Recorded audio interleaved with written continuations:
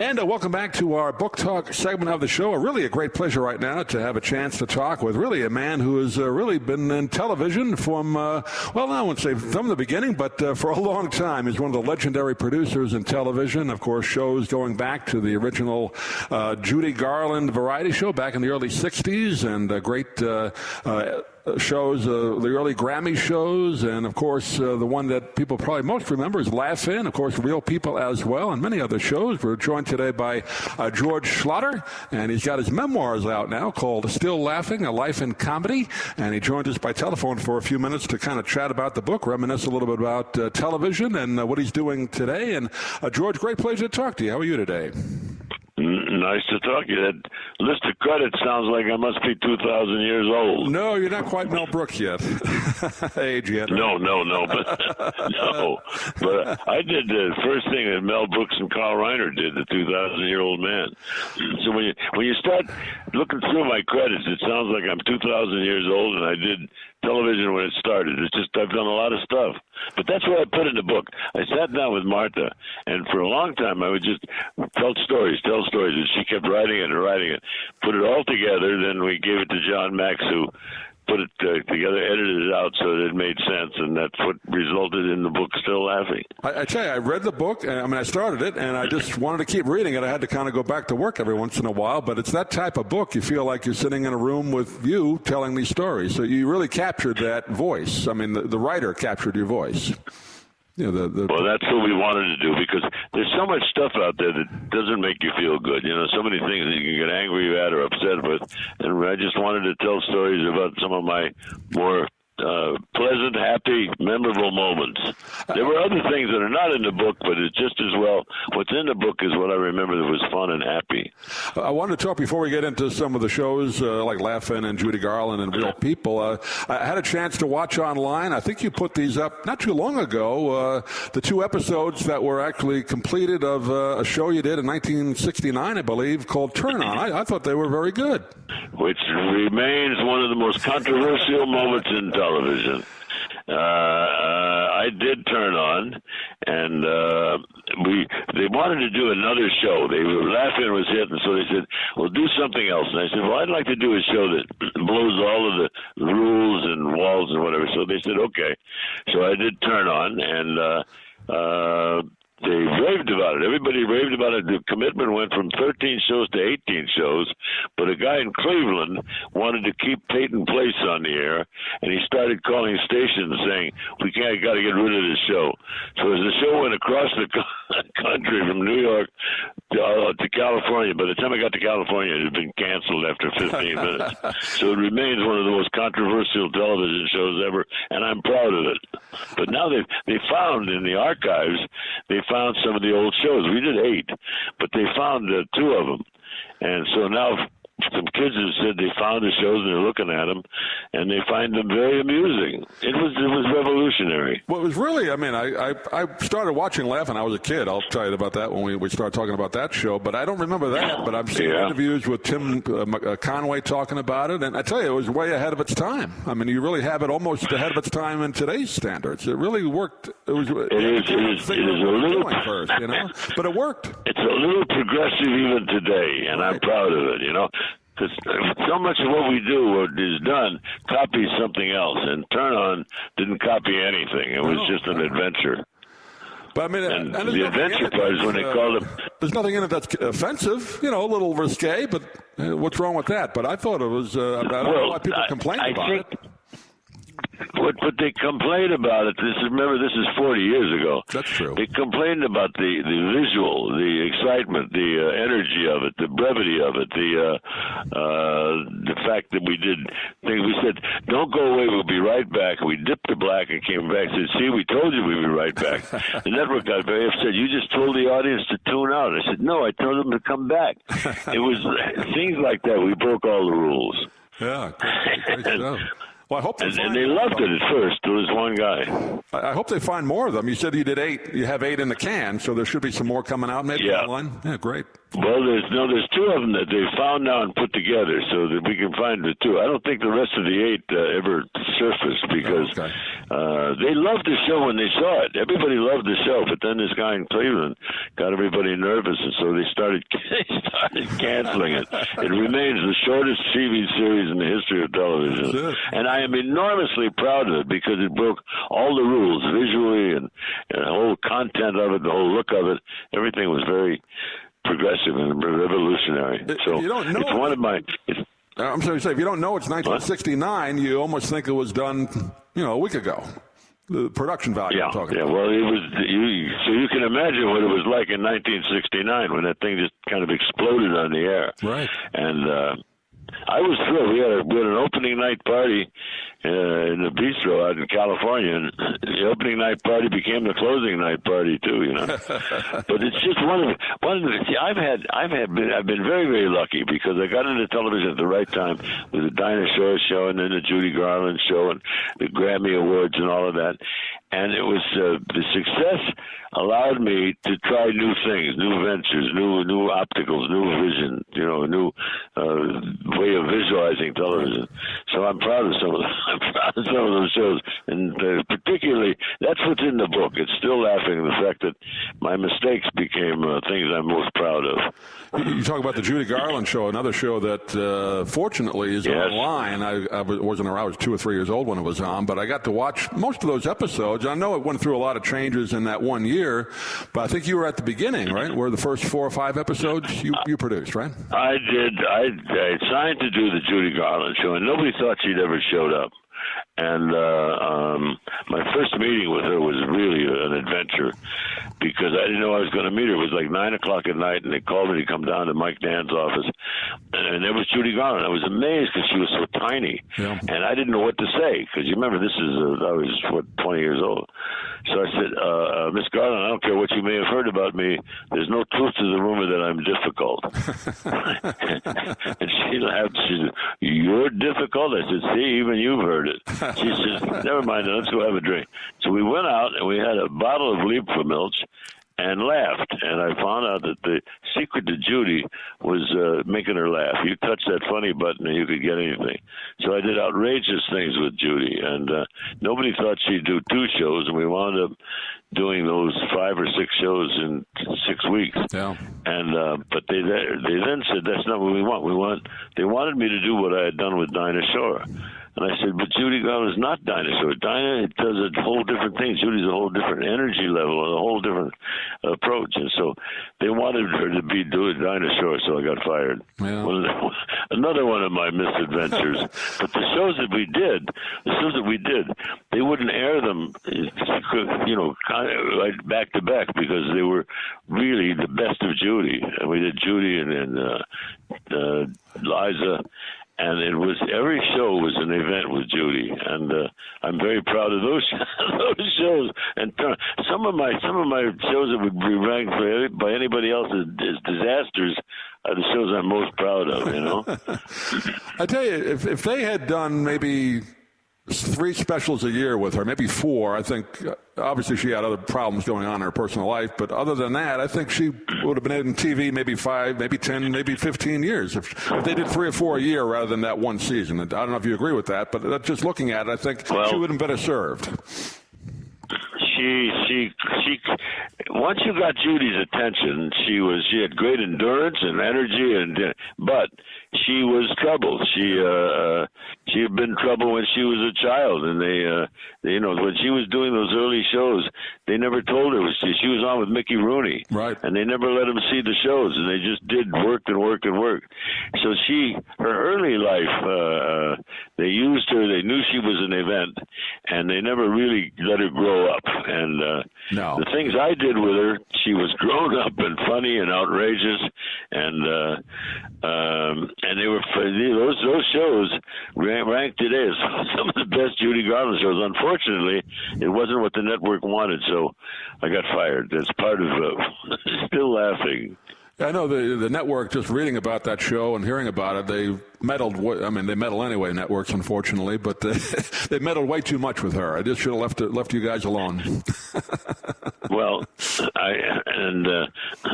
said they said, we want you to do what you did with Dinah. I said, but Judy Garland's not Dinah Shore. No. Dinah is another thing. She's very special. Whatever. Let Judy alone. And so we did. And I treasure those shows with Judy. I treasure my turn on shows. A lot of the things that did not work are the things I'm almost the most proud of. The pilot of Laugh-In, they weren't going to air the pilot of Laugh-In. They saw the thing of Laugh-In and they said, "Oh no, this makes no sense." I said, "Right." I said, "No, but it's too fast. We can't understand it." I said, "We ran the show for some kids in the 6th grade and they understood it, so they're brighter than you are." So putting Laugh-In on the air was another major problem. But again, they had nothing else to put on the air, so they did it kind of reluctantly until it hit, and then it became huge. I saw the pilot episode is on YouTube. I had never seen that before. From I think it was 1967. He did the one shot in the summer. Yeah, right? Yeah, and that kind of set the tone. Yeah. And it was. They had another adventure. They had nothing to put on opposite Lucille Ball and Gunsmoke. Right. And so they said, we need something to put on there until we get a real show ready. And I said, well, I've got this show I'd like to try. And they said, go ahead. And so I did the show, and they didn't really even pay any attention to it, but they knew it was revolutionary. They said, well, this doesn't look like a television show. I said, right. And they weren't going to air Laugh-In either, but they came on the air because they had nothing else. And by the end of the 3rd week, the audience found it, and then the ratings got huge. And at that point, I know you won't believe this. No one would believe that with the rating like we were getting and the reaction we were getting, that I had become arrogant. I was impossible. It was not difficult. I was impossible. And all the things in Laugh-In were truly revolutionary. The multiple images and the sound effects and all of that. But it was something we weren't used to looking at. The problem with television today is everything looks the same. You know, Saturday Night Live is the same exact format every week. Right. And we need somebody to come on with some adventure, some energy, some outrage, we need something that demands your attention. Because television, you can listen to it now. Well, you had to invent the way of video editing back then when there really wasn't the equipment to do it, right, for that show? Yeah, we shot the show on tape, transferred the tape to film, and edited it on film so we could have edge numbers and do those very, very fast cuts, and then edited the tape to match the film. It took 4 weeks to edit one of the other things on Laugh-In. Right. Again, the problem became the answer, you know, the adventure of doing that show and the people we put on, and John Wayne. Nobody wanted to do the show. We didn't have any money, so we would stop people in the hall and ask them, and John Wayne said, "I'm not going to do that show with those crazy people." We put that on the air. And we would stop people in the hall coming back from the Johnny Carson show and put them on. And NBC, right? Yeah, in Burbank, And they would stop in the hall, and we would talk to them, and that became cameos, became our guest stars. So, see, what I miss today, I miss somebody that was as outrageous as we were allowed to. We were not allowed to be, but we were. They were reluctant to put the show on the air. They said, people will not understand this show. I said, if they watch it, then I don't care whether they understand it, as long as they're watching it. So it was so fast and so contemporary and so politically off balance that the audience found it, and when the audience found it, then it just exploded. I mean, we got a 50 share. You get a 5 share today, but we got a 50 share. 50 share, about 40 million people a week, I would think. Yes, it did. To, right? Yes, it did. Yeah, and one of the great casts in television history too. One of the great ensemble casts of all time. Yes, and because none of those people were sought after. I mean, Goldie was a dancer. Lily was doing a barefoot tap dance when I found her, and she didn't want to do the show because she didn't know what it was. But Lily came in, and just all of these characters started just appearing, just be born. And Lily and Goldie and Joanne and Ruth and all of those people were not variety performers. They were unique personalities, and there wasn't anybody like that on television. So that's why those people appeared. Artie Johnson would appear in one show, 6 or 8 characters, and Ruth Buzzy and Joanne Worley. They all appeared multiple times in the same show because of the way we shot it and the way we edited it. So you could see Goldie 5 different times within one show, So it was an adventure. I'm still laughing. As I look back at it, I am still laughing because I had a good time. The audience had a good time, and the only ones that really had trouble with the network censors. Yeah, they did not approve of much of what we did. Well, I was one of those kids that watched the show as a kid, and then now in more recent years, you can watch them on streaming. And I tell you that, obviously there's some dated material, but it still holds up. Oh yeah, well, I'm proud of that. I'm proud of the fact that it was unique. It was an adventure. It didn't just happen. It kind of exploded, and it was compulsory viewing. I mean, we put it on Monday night, and. People said they had to stay home and watch it, and so I wish there was something like that on the air today. I wish there was some adventure. I wish there was a new me, a young man who would be outrageous and irreverent and impudent and a little bit crazy. And the writers were crazy. TV, unfortunately, I don't watch network TV at all, except for maybe some sports occasionally, but you got to go back and watch some of the old shows that are available on streaming to really enjoy TV now. It's kind of sad to say that. Well, it's there, and it's part of the history. And you know what's going to happen? Most of the improvements in television have come from a period of disaster. When we did Laugh In, there was nothing to put on opposite Lucy or Gunsmoke. Right. And they were getting no rating at all.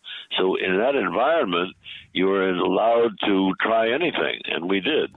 And when the audience saw this, said, well, this is not what we're used to seeing, they gravitated. That would happen again today.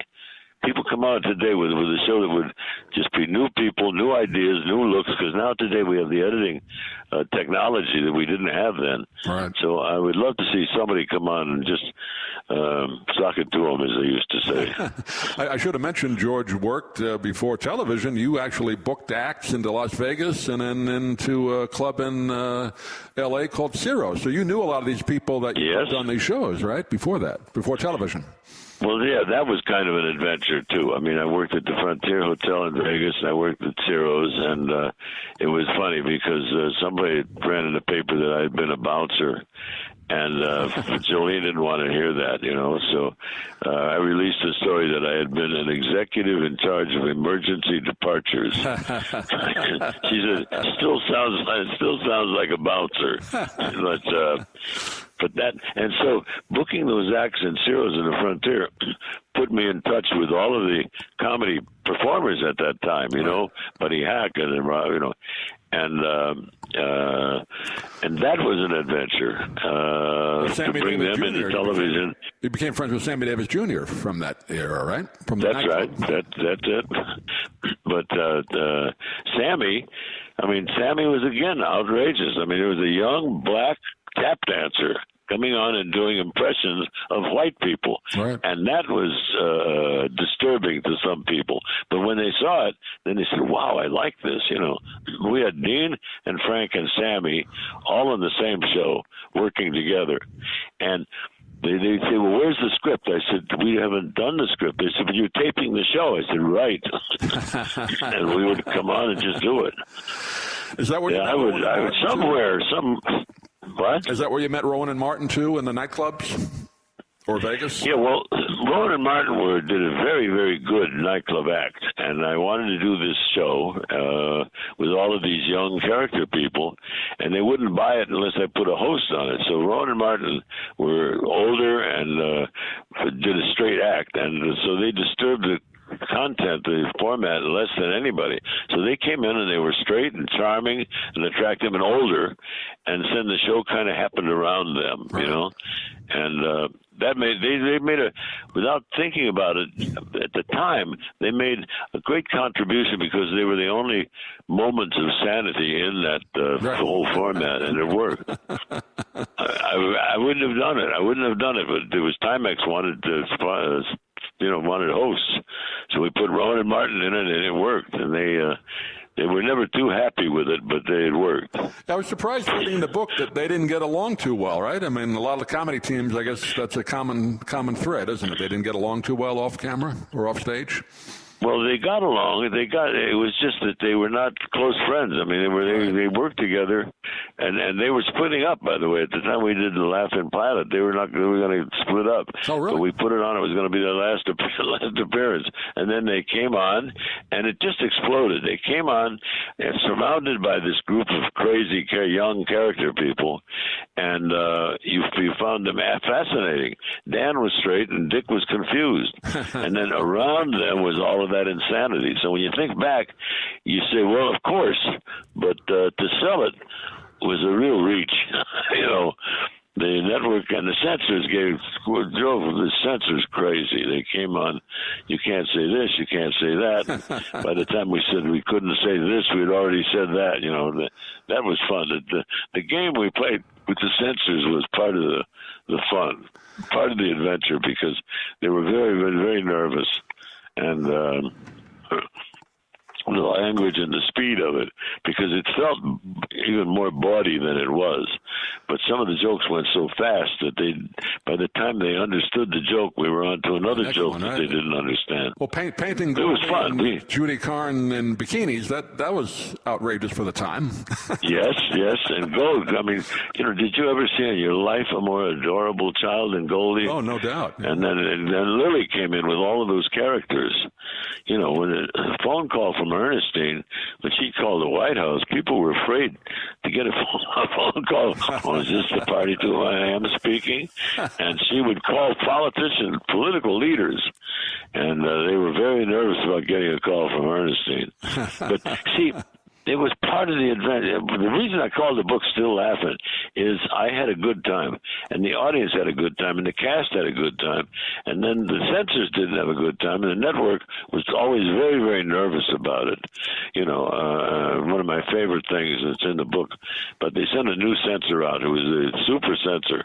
His name was, he came out, and he said, one of the meetings, he said, George, you can't say caca. In the script you have caca. And I said, yeah. He said, well, you can't say caca. And I said, why? He said, well, you know what caca means? I said, no, I don't know what it means. What's caca mean? I don't know. He said, well, caca is like doo-doo. I said, I can't say doo-doo either. Well, the discussion with the censor about not being able to use the words caca or doo-doo, that became a show. It was, and that constant conflict, we were never seeking a solution. We were avoiding solutions, and that's what's in the book. That's why, and that's why the book's called Still Laughing. I had a good time. I really enjoyed myself, and Goldie and Lily and Ruth, and when I look back at it, in writing the book, they wanted a regular bio, and I said, no, I don't want to do that. I don't want to get into all of that. I said, I'll just do funny recollections. So the whole book is just me recalling funny moments. Not all of them successful, by the way. But even my failures wound up making me laugh. I think your show, the Laugh-In show, as opposed to the Smothers Brothers, which I watched as a kid too, they kind of lost the funny along the way. You did political humor, but it still wasn't the whole point of the show. It was a little bit of the show. It wasn't all of the show. Would you agree with that? I was the biggest fan. I was the biggest fan of the Smothers Brothers. We were very, very good friends. Yeah. And the difference between me is Tommy would fight him. And I would say, oh, you're absolutely right, and then do whatever I wanted to, and then say, oh, I didn't understand. And so Tommy Tommy, who I just loved Tommy. We were good friends. And he, unfortunately, Tommy, I think, took the rap for much of what we did, But we were in a Vietnam War. It's like right now, we're in a war. The Vietnam War, nobody would even mention it. Well, we were making fun of that, and it made the network nervous. However, the network was selling the show and getting more money for it than any other minute on television. And so greed overcame their sense of taste. So that's why the book is called Still Laughing. I mean, when I started to do a book, I wanted to do something, but I didn't want to do the normal thing because it's boring. So I went back, and my sister,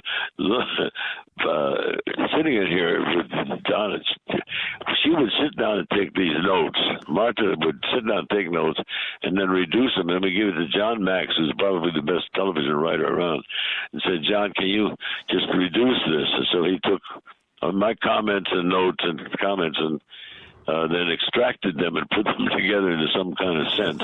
And that's why the book is kind of scattered, and it's kind of machine gun, because it's just all these little sequences that don't really make sense, except when you put them all together, they're just entertaining to reflect back on what I call my long and suspicious career. Yeah, it's a great read. I mean, I could have read it in one sitting, but I had to do a little work in between. But again, we won't keep you much longer. I'd love to talk to you for more, but just to mention a couple of the other shows, Real People, which you did not long after Laugh-In, kind of was revolutionary in its own right, wasn't it?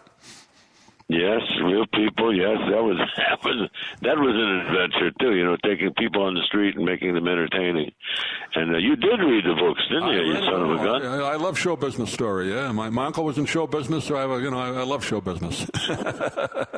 Well, it's a good thing to love, because we all need a release, and part of what my career was based on is these funny moments and accidents, and getting fired. And the censors coming down on me. We had our own resident censors, and while we were meeting with one censor at one end of the rehearsal hall, meeting with another censor at the other end, we were taping the things that they told us we couldn't do. Right. And that sense of outrage, that sense of being impudent, if you can imagine a 30-year-old impudent. But what I miss today, I miss everybody's wearing black, and the sets are black, and the lighting is black, and I miss and I miss the things today are long. I miss the brevity that we were able to exhibit. And so you did read it, and I'm proud of you. You mentioned I did my first book, and next year I'm going to read another one. What? The Laugh-In set, you just kind of brought back the memory to me again. The Laugh-In set was revolutionary in its own right. The joke wall and the wild colors. Nobody ever did that before. That was different. No, and nobody does it now. Everything you see now is dark colors, right? Yeah. But the joke wall was a way that we could stop people in the hallway coming back from the Johnny Carson show and put them into that wall. So not all of the people were on stage at the same time, but they all just kept appearing, popping out of that joke wall. And that was an adventure.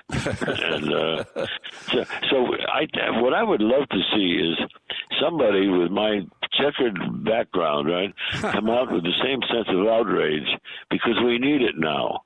And you realize, when you look at the thing with Donald Trump, you realize that just a great, great, great premise for comedy with, Trump. I mean, seriously, he needs a drummer. Boy, would I be having a ball with Donald Trump, boy. But there's no late night comedy anymore. I mean, the late night show, I stopped watching them pretty much after Carson retired. I watched a bit of Letterman, but the comedy of those shows left, in my opinion. It's not the same. So there's no place to do it anymore, Well, there's no place to learn it. They have the stand-up comics, and they all do that obligatory 5 or 6 minutes, and you miss the sense of adventure. They come out and they do the subject matters, but they all wear dark clothes, dark suits, dark sets, and there's no color in the sets, and it's all dark. The subject matter is not funny, you know. No. So I don't know whether the censors have taken over or whether the audience, but I believe that the audience is going to revolt, and they are. They're tuning off of television, but eventually somebody's going to come back on, like a new Smothers Brothers, right? And like Robin Williams. Robin Williams was amazing. He just exploded when we put him on the air. I remember that. Yeah. And you had him on the I found Robin. You had him on the new Laugh In, didn't you? Before he went on Mork and Mindy. Yes. Well, Robin, I saw Robin on the streets in San Francisco. He was barefoot, and he had barefoot, and he had a straw hat and a fishbowl and overalls, and he had the fishbowl out. And he says, "I had the fishbowl out over the audience," and said he was fishing for assholes. Well, we put that on, and when he met Sinatra, see, nobody had seen Robin, and so we put him on, and we put him on with different stars. Robin Williams was an absolute genius, but even putting him on became a problem because the network said, "Well, what's he going to say?" I said, "I don't know. He doesn't know what he's going to say. I don't care what he's going to say." And that sense of abandon is what I enjoyed and what I looked at and what I hope we captured in the book of Still Laughing About. We were still laughing. I still am. Yeah. And I'm still having a good time, you know. Name of the book is Still Laughing, A Life in Comedy, from the creator of Laugh In, George Schlatter, and also a foreword by Lily Tomlin. And George, well, God bless you. You sound great. I won't tell you your age. I know you talk about it in the book, but you sound like you could go back in there and keep working on TV for another 20 years. I keep thinking about coming back and giving them one more shot, you know, because I think we need it now. If there's a way for us to survive our present dilemma with comedy and with material and with subject matter and with political scene, is there a way to survive, it will be with laughter. And let's hope there's a Robin Williams or Johnny Carson or out there that will bring it out there, and it will be something outrageous that will be new, and there will be a problem for the censors and the sponsors. Well, I think there will be. And then it'll wake them up. George, real pleasure talking to you. Hopefully we can do it again. God bless you and your wonderful life. I know your wife. You talk about her in the book as well, so God bless her, and hopefully we can talk to you again. Thanks for being with us. Well, thank you. This was great fun. Thank you. We'll do it again. Great. Thank you, George. If I don't get you canceled or something. No, okay. I think I'm uncancelable, I think. Thank you, George. Hey. Cherish that. Cherish it. Use it. That's it. Surprise them. Take it easy. Okay, buddy. Thank you. Bye now. Bye.